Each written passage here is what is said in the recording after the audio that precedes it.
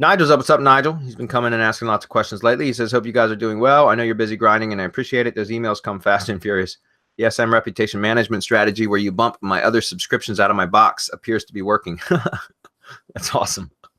That's the first time we've heard that one. All right, Lead Gadget. What is it exactly? Versus GSite Builder. When to use either and which gets better results, ROI relative to cost. Well, there's, this is a similar question I think we had last week.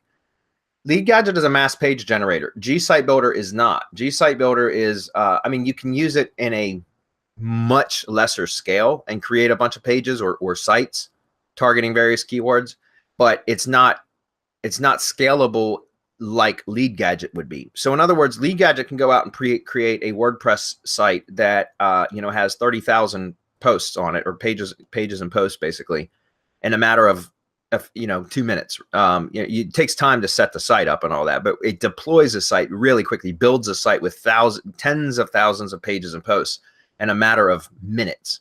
So you can blanket, you can target all the towns and neighborhoods and all that kind of shit within a geographic area and append all of your keywords to those local modifiers and just blanket for all these long tail terms. That's what Lead Gadget is, right? It's a mass page generator. There's several of them out there. Lead Gadget is like an industrial version of one. It's got it's got expense involved because of its industrial strength, right? Because of its its size and everything else and what it does. It can be expensive, guys. It's like, $250 a month for Lead Gadget, and you have to have the servers. And the idea with the servers is get a dedicated server and you just start slamming sites on these servers, right? Building more and more sites. GSite Builder is something that can create pages, but on a much smaller scale, right? So you can target, say 100 keywords or something like that. And that's what you're going to get, not 30,000 though, right? And so personally, I use the GSite Builder for building link networks. I don't use the GSite Builder to try to rank the GSite pages or posts. I guess you can try to do that. That's not what I use it for, though. I use it specifically just to create link networks, especially to link to other Google properties, like my Google site from a Drive Stack, which would be my primary Google site. All the GSite Builder sites are used as like linking, backlink properties. Okay, or you can use it to link up to your Google Maps. You can use it to link to your money site if you want, or Drive folders, or whatever you want. That's typically how we use it, though.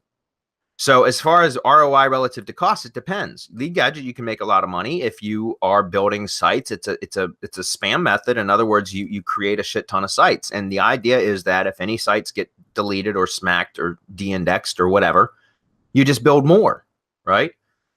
I had somebody approach me in private message in Facebook the other day asking me about, because they apparently jumped on Lead Gadget, and they said, I brought up backlinking to a Lead Gadget site, and it was, everybody in the group was screaming blasphemy, and they jumped down my throat about it. Don't build links. Don't build links. He says, well, I want to build links anyways. Why are they like this? And what type of links should I build? And I replied, they're like that because it's silly to build links to those sites when they're, they're churn and burn style sites. Some of those sites might last for months, guys, or even years, but I always expect them to be, slapped, de-indexed at any time.